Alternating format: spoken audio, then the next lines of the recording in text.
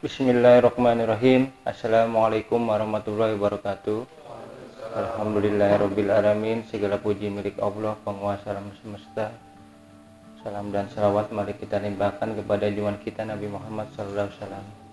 Alhamdulillah pada pagi hari ini yang cerah ini saya bisa hadir di Bengkulu. Ini luar biasa, pertama kali dalam hidup saya mendatangi Bengkulu. Baru selama ini cuma dengar-dengar aja, dan alhamdulillah ini menginjakan kaki di Bengkulu dan langsung bisa bertemu dengan bapak-bapak dan ibu-ibu sekalian. Ini suatu kehormatan besar, ini kebalik buat saya. Kita ternyata satu alma mater ya Pak ya. Nggak nyangka sama Ustadz ini kita pernah di kuliah di tempat yang sama. Alhamdulillah ini kita silaturahmi di sini untuk membagikan Qurannya. Sebenarnya tujuannya ini, yaitu silaturahmi dari pesantren ke pesantren, dari masjid ke masjid, dari rumah tahfidz ke rumah tahfidz, dari lembaga ke lembaga. Kalau cuma sekedar membagikan Quran bisa kita kirim pakai paket, tapi kita datang langsung keliling ini ketemu dengan silaturahmi dengan teman-teman sekalian. Al-Hilal itu sebenarnya ya bukan pesantren yang besar juga sih sebenarnya, cuman keinginannya besar. Itu aja paling, keinginannya besar, cita-citanya besar. Jadi kita punya imajinasi, itu ada visi 2040. Sebenarnya perlu bapak-bapak dan ibu-ibu sekali ketahui ya, bahwa saya ini walaupun di yayasan tapi sebenarnya direkturnya Pak Iwan. Pak Iwan ini adalah direktur dari Lajiswab Al-Hilal, itu lembaga ambil zakat, infak, wakaf, sedekah dan wakafnya dari Al-Hilal. Itu dipimpin sama direkturnya yaitu Pak Iwan. Kalau saya malah tidak tahu secara teknis bagaimana Lajiswab itu berjalan. Ini Pak Iwan yang lebih paham, dan Al-Hilal bisa seperti sekarang, kalau bisa dikatakan cukup relatif besar ya Lajiswabnya, itu karena Pak Iwan. Ini makanya cerita. Nanti kalau setelah kita udah keluar dari Bengkulu, Bapak bisa kontak-kontak, bisa komunikasi dengan Pak Iwan yang bisa banyak belajar. Nah, Al-Hilal itu kita ada visi 2040. Nggak tahu kecapai atau enggak, tapi kalau misalnya nggak kecapai ya minimal ada cita-cita nanti diterusin sama generasi berikutnya. Kita itu pertama ingin punya universitas Al-Hilal, yang kedua kita ingin punya rumah sakit Al-Hilal, yang ketiga kita ingin punya pesantren sebesar Gontor, dan yang keempat apa Mas? Punya perusahaan yang IPO ya. Kita punya perusahaan yang ingin ada di Bursa Efek gitu. Ini 4 semuanya besar semua, dan kita 2022 sekarang, berarti masih ada 18 tahun ya. Mudah-mudahan ada umur bisa melihat 4 ini terwujud, tapi kalaupun nggak ada umur ya minimal itu kita sudah meletakkan batu pondasinya. Imajinasi kayak kita itu besar. Kita kecil sekarang ini, jujur kita sekarang kecil, cuman imajinasinya itu udah besar banget, beyond of limit ya kalau dalam bahasa Sundanya, melampaui batas gitu. Jadi kita itu pokoknya cita-cita itu sesuatu yang ditertawakan orang lain. Kalau punya cita-cita, punya keinginan, punya impian rumah tahfidz bakti ilahi ya namanya, itu kalau tidak ditertawakan sama orang lain, tidak ditertawakan sama lembaga lain, itu tanda-tandanya cita-citanya masih kecil. Kalau kami targetnya begini-begini terus ditertawakan, udah betul itu, cita-citanya betul. Nah sekarang coba ini di Al-Hilal seperti itu, kita ditertawakan dulu ini, tapi sekarang kayaknya udah mulai ada tanda-tanda gitu, sedikit ada tanda-tanda gitu menuju ke arah sana. Jadi nggak ada yang berani tertawakan kita lagi. Nah di rumah tahfidz ini sudah punten udah berapa tahun? 6 tahun. Udah lama juga ya, 6 tahun. Nah itu kalau punya cita-cita yang besar sekalian aja. Kalau pertama di internal, ditertawakan internal, wah udah betul nih, berarti udah betul nih, udah ditertawakan. Nggak mungkin, udah ada kalimat nggak mungkin, berarti udah betul tuh cita-citanya. Cita-cita tuh harus tinggi langit lah, kira-kira begitu. Kita punya semangat ya, jangan sampai mohon maaf itu kita kalah sama lembaga-lembaga dari agama lain gitu. Sedangkan potensi di kita ini cukup besar gitu. Kalau potensi besar di umat Islam ini tidak dipakai dan tidak diberdayakan oleh kita, itu akan diberdayakan oleh agama lain, kira-kira begitulah ya, tidak saling menyalahkan ya, tapi kita berjuang semaksimal mungkin begitu aja pengantar dari saya. Nanti silakan sama Pak Iwan untuk ini menjelaskan lebih lanjut lagi. Terima kasih. Wassalamualaikum warahmatullahi wabarakatuh.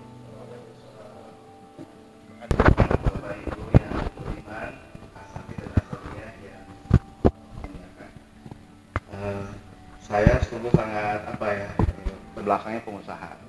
Jadi dari semenjak lulus kuliah, dan saya tahu sendiri karena dulu sama-sama di kampus, beliau semenjak kuliah juga sudah kelihatan entrepreneurship-nya, nekat. Pernah jualan di mobil gitu, jualan koran, loper koran. Dia waktu setelah reformasi itu punya lapak koran di kampus, yang lain kuliah beliau ya punya lapak koran. Dan kuliahnya pun dua, beliau di Unsud ya, di Purwokerto dan di UGM. Dan sekarang dia sudah master. Lulus kuliah, beliau langsung menjadi pengusaha, penerbitan Al-Quran, penerbang buku dan sebagainya. Jadi sebenarnya kalau secara visi dan bagaimana akhirnya terbentuk, Pak Hendra lah yang membuat imajinasinya gitu. Seperti tadi kalau saya manggilnya Mas ya, karena mungkin beda setahun usianya. Mas harus ke sana. Nah, bagaimana membuat perencanaan, membawa bareng-bareng sama tim lah, memimpin tim untuk sampai ke sana, memang dibantu sama saya. Tapi kontrolnya dan ceritanya dari beliau. Itu mungkin untuk Ahilal. Napanya harus tanya jawab dulu aja ya, biar ini jadi bingung juga jelasinnya. Grogi ada beliau. Mungkin tanya jawab dulu ya Pak Hendra ya. Enggak, tanya jawab dulu aja. Ini mungkin saya cerita sedikit biar teman-teman kebayang gimana seperti Ahilal ya. Kita sebenarnya juga belajar dari lembaga-lembaga yang lain. Jarak antara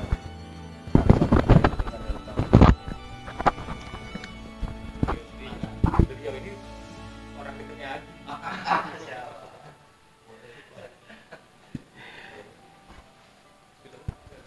saya hanya ingin menceritakan sedikit biar teman-teman bisa kebayang struktur di Al-Hilal itu begini.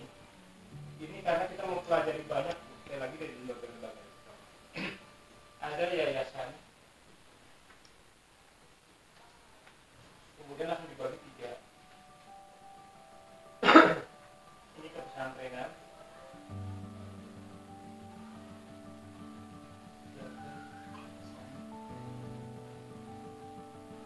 ini lagi swab, ini apa namanya,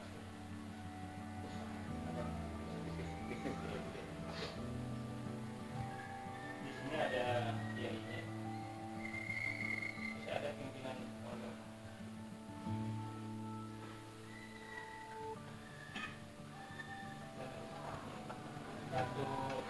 Satu hadir, kita ada 6 hadir. Itu satu baru akhirnya satu pimpinan benar. Ada kiai yang paling atas. Dan ini Mas Iwan. Tapi tidak pinter dalam pengumpulan dana. Jadi nyalurin itu bagus banget. Itu anak aktivis sosial itu jiwanya seperti itu. Pokoknya berbagi, lupa cara narik dananya bagaimana. Nah, Lajis Swap ini bisa dikatakan sebagai pusat dari, kalau dalam bahasa bisnis namanya profit center. Kalau dalam bahasa sosial saya nyebutnya itu adalah pusat penggalangan dana. Ini Lajis Swap. Kita ini pusat penggalangan dana. Kita memberitahu ke masyarakat lewat sosial media itu yang utama. Kemudian via WA yang kita kenal dulu. WA yang kita kenal dulu aja. Pokoknya pakai teknologi sebisa kita dulu. Sosial media yang gratisan, Facebook, Instagram, mungkin sekarang ada TikTok, apalagi itu YouTube dan sebagainya, itu silakan dipakai. Makanya ini maksimal konten ini karena ini tujuannya untuk branding kita. Ini Lajis Swap. Kemudian pesantrenan, kalau dalam bahasa bisnis namanya cost center, pusat biaya. Pokoknya ke pesantren, kiai, direktur dan pimpinan pondok itu semuanya minta aja. Ustadz itu nggak boleh dibebani sama uang. Ustadz itu dibebani sama kewajiban ngajar.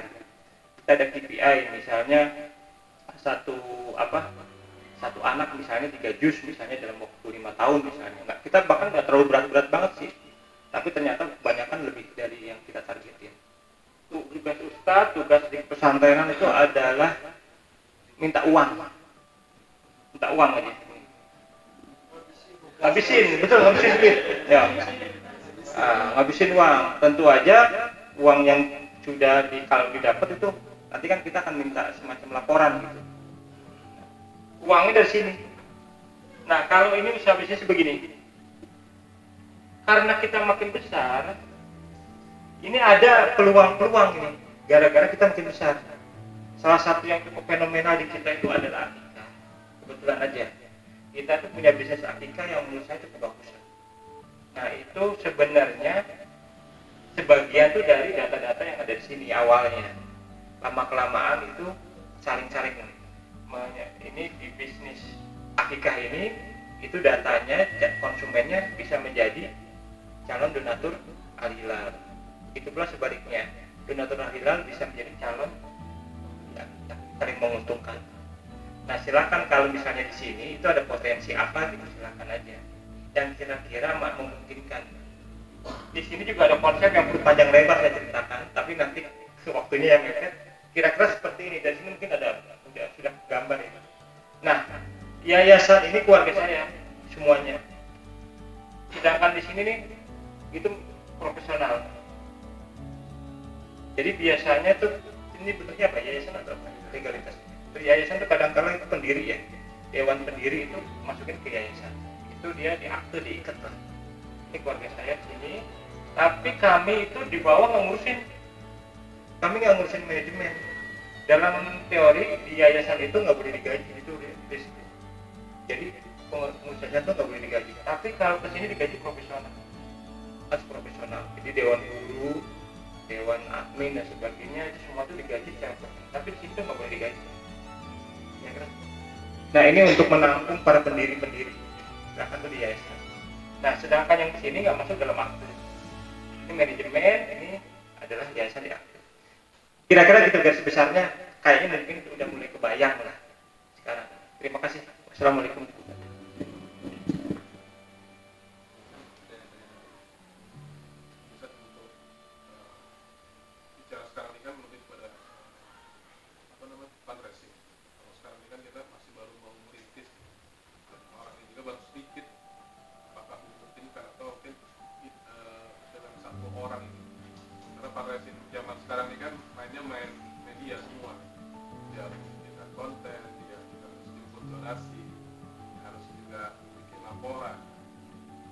Awal nih kira-kira kalau seperti itu memungkinkan atau tidak, atau bagusnya ideal seperti apa?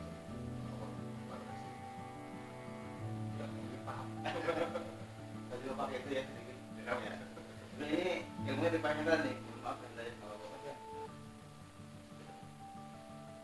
Jadi beliau itu Pak Hendra tuh punya kaidah. Pokoknya bagaimana caranya setiap berubah waktu itu adalah ada kenaikan. Jadi kata beliau tuh kan sampai turun. Nah, konsepnya adalah terus tumbuh. Nah, sedikit saya menerjemahkan dari apa yang beliau arahkan itu. Bapak Ibu mungkin pernah dengar rumus volume. Ini dipakai banget di Al-Hilal rumus volume. Volume itu apa? P sama dengan panjang kali lebar kali tinggi. Nah, jadi ruangan ini volumenya hasil dari perkalian panjangnya ruangan, lebarnya ruangan, kali tinggi ruangan. Itulah volume. Ini kan pola organisasi lembaga. Kalau ingin tumbuh, maka kita harus tahu P-nya apa, L-nya apa, T-nya apa, panjangnya apa, lebarnya apa, tingginya apa. Saya di akhir tuh hanya mengendalikan begini aja. Hanya ingin tumbuhnya tuh biar kapasitas building lembaga itu tumbuh. Kita harus tahu P-nya apa, L-nya apa, T-nya apa. Dan ini terus dikontrol dan diarahkan tiap harinya, tiap minggunya, tiap bulannya. Agar apa? Agar lembaga kita tumbuh. Ya alhamdulillah seperti tadi pagi ya sampaikan, Al-Hilal karena Allah ya mulai arahan beliau itu sekarang cukup menurut saya tuh sangat memuaskan. Pertumbuhannya lebih dari 100% tiap tahunnya. Nah, sekarang kita harus tahu dulu P-nya apa. P itu adalah, menurut kami adalah, kita harus perpanjang silaturahmi. Semakin kita dikenal, semakin luas jangkauan yang kena hilal, semakin banyak yang kena hilal, maka kita akan ada peluang orang lain untuk berkontribusi membantu kita. Jadi guyonnya begini, ada orang ganteng tapi tak apalan batur itu bahasanya. Ada orang cakep tapi orang nggak kenal, maka tidak akan dapat jodoh gitu. Jadi karena apa? Karena dia nggak dikenal. Karena apa? Mungkin dia di kamar saja, nggak pernah silaturahmi. Demikian juga lembaga, kita harus tahu seberapa banyak yang tahu kita. Kalau misalkan saya tanya rumah tahfidz bakti ilahi di Kepehiang gitu kan, ada yang tahu nggak? Itu bisa ikhtiarnya melalui sosial media, melalui website, YouTube dan sebagainya. Makanya PHN itu sangat ketat banget untuk konten, update gitu kan, sangat mengontrol banget. Karena apa? Karena biar orang kenal. Ada kaidah dari beliau ini juga mungkin bisa, ini sangat dipegang sama kita. Kegiatan bagus, dokumentasi tidak bagus itu sama dengan tidak bagus. Kegiatan itu hebat, orang yang datang banyak, pembicaranya hebat, pokoknya bagus lah. Tapi nggak ada dokumentasi, itu tidak bagus. Kelihatannya biasa aja, tapi dokumentasi bagus, itu bagus. Syukur-syukur sih dua-duanya ya. Kelihatannya hebat seperti ini Wakapura gitu ya, dan dokumentasi pun bagus. Makanya kita kan alhamdulillah memaksimalkan, bawa drone, ini bawa Kang Ferdi salah satunya konsultan dokumentasi kita. Ngeplog gitu kan, pokoknya apapun dikontenkan gitu. Bahkan ada gimmick-gimmick yang harus kita lakukan agar apa? Agar menarik perhatian orang. Begitu ya. Yang pertama apa? Silaturahmi. Dikenal. Pokoknya kalau kita ketemu orang, kenalkan lembaga kita. Bahkan kalau Bapak Ibu lihat saya dan Pak Hendra dan teman-teman selalu pakai uniform Ahilal dimanapun. Karena apa? Biar dikenal. Karena Pak Hendra tuh pokoknya kalau ada acara, oh Mas, maaf kurang logonya. Siapa? Karena apa? Biar Ahilalnya muncul. Karena apa? Kalau dikenal, Pak Hendra saya bilang jualan itu akan berat kalau branding kita masih lemah. Karena apa? Kan orang tuh beli sesuatu karena kebanggaan, Pak. Nyumbang sesuatu kenapa ke rumah zakat? Gua donatur rumah zakat. Tapi kalau misalkan donatur rumah apa gitu, nggak pede gitu, nggak bangga diceritakan, nggak bangga difoto, nggak bangga dipublikasikan untuk dirinya aja, nggak bangga untuk nyumbang, apalagi orang lain. Jadi yang pertama apa? Perpanjang silaturahmi. Digital marketing fungsinya di sini. Menurut saya digital fundraising, bagaimana kita memanfaatkan teknologi yang Pak Hendra sampaikan itu, bagaimana kita memperpanjang silaturahmi. Kalau ruangan ini segini berarti ingin memperpanjang lagi kan. Artinya kalau rumah tahfidz bakti ilahi itu ingin lebih besar kapasitasnya, perpanjang silaturahminya dengan lebih. Tiap hari berapa orang yang mengenalkan kita kepada orang lain ya yang belum kenal. Yang sudah kenal bagaimana lebih kenal lebih dalam pengalaman kita. Yang pertama silaturahmi. Yang selanjutnya L-nya apa yang diperlebar? Ini adalah value lembaga. Bahasa Sundanya value itu gimana sih? Value ya. Value itu nilai, kontennya, kitanya apa. Jadi kalau menurut beliau itu kalau mau ke artis ya, kalau nggak ganteng banget, mending jelek banget gitu. Jangan tengah-tengah Mas katanya. Harus ekstrim gitu kan, harus ada perbedaannya gitu. Jadi kalau kita nggak bisa bersaing dengan yang besar-besar, cari yang sedikit tapi fokus gitu kan. Kalau kita ingin semua dijual nggak bisa. Kalau kita ingin semua dikenalkan nggak bisa. Apa pembeda rumah tahfidz bakti ilahi dengan rumah tahfidz di hadis ini? Kita juga harus tahu head to headnya. Kalau beliau dulu itu ada satu lembaga ya, binaannya adik teh ini minimal kayak gitu Mas, sudah terlampaui minimal DT, jadi berat juga gitu. Harus mengalahkan DT gitu. Jadi selalu begitu. Apa tuh head to headnya dengan siapa? Untuk kita bisa mencari apa bedanya kita dengan orang lain. Tapi kalau kita nggak punya value, kalau Ahilal kan Quran, tahfidz gratis gitu value kita. Betul kan? Oh ya maaf, sudah dikoreksi, untung ada Al-Quran, yatim, tahfidz gratis. Untuk tahfidznya gratis. Jadi itu value-nya dicari, itu hasil perenungan lama dan berubah-berubah juga. Tapi kalau kita belum tahu value yang akan difokuskan kualitasnya, kita jadi gerambyang apa ya, nggak fokus, jadi akhirnya nggak kena semua gitu loh. Nggak ada bedanya. Terasi itu kalau wangi strawberry bukan terasi. Jadi itu strawberry. Makanya kalau kita jualan terasi jangan wangi strawberry, sebau-baunya terasi itu kan. Nah ini ciri khas lembaga ini seperti terasi gitu, jualan terasi. Kita ciri khas lembaga itu akhirnya ya itu kan Quran, tahfidz. Bahkan kita tuh selalu berpikir galau juga, mau bantu lembaga, mau bantu sesuatu tuh meluncurkan program juga, apakah sesuai dengan value kita ya. Nah kalau value kita perlebar bagus, lebih hebat, silaturahmi kita lebih hebat, maka lembaga itu dengan sendirinya kapasitasnya akan lebih besar. Masalah nanti dana yang masuk tentunya tergantung kapasitas kita. Ini kalau kita satu gelas begini ya nafsunya segini. Tapi kalau misalkan lebih lebar lagi, akan ember akan lebih banyak air yang masuk, kolam lebih banyak lagi, lautan lebih banyak lagi. Nah kapasitas building ini harus dikembangkan. Kita harus pikirin terus bagaimana tadi itu rumah tahfidz ya di Ahila. Kemarin alhamdulillah kita ada santri yang sudah hafal 30 juz. Itu dikenalkan, disilaturahmiin. Jangan sampai orang nggak tahu gitu loh. Karena memang banyak rumah tahfidz yang mungkin lebih bagus daripada Ahila, tapi orang nggak tahu. Akhirnya nggak nyumbang ke sana. Agak lama baru dapat 3 aja, seakan-akan semua gitu kan Ferdi. Seakan-akan semua. Ya gitu, kenapa? Terus silaturahmi terus dikenalin kepada orang-orang yang sudah mengenal akhirat. Orang baru pun kita ajak lagi untuk mengenal akhirat. Nah yang ininya katanya sih kalau hanya value dan silaturahmi, networking, itu juga orang non-muslim juga melakukan itu. Orang yang nggak beragama pun melakukan itu. Satu-satunya agar kita bermakna, agar kita kuat dalam perjuangan, ikhlas dalam perjuangan, dan tidak hanya di dunia ya. Yang ini adalah kita pertinggi akidah kita. Kalau ini mah gak usah diajarin lah, kita ngepel. Ustaz sudah sangat paham ini.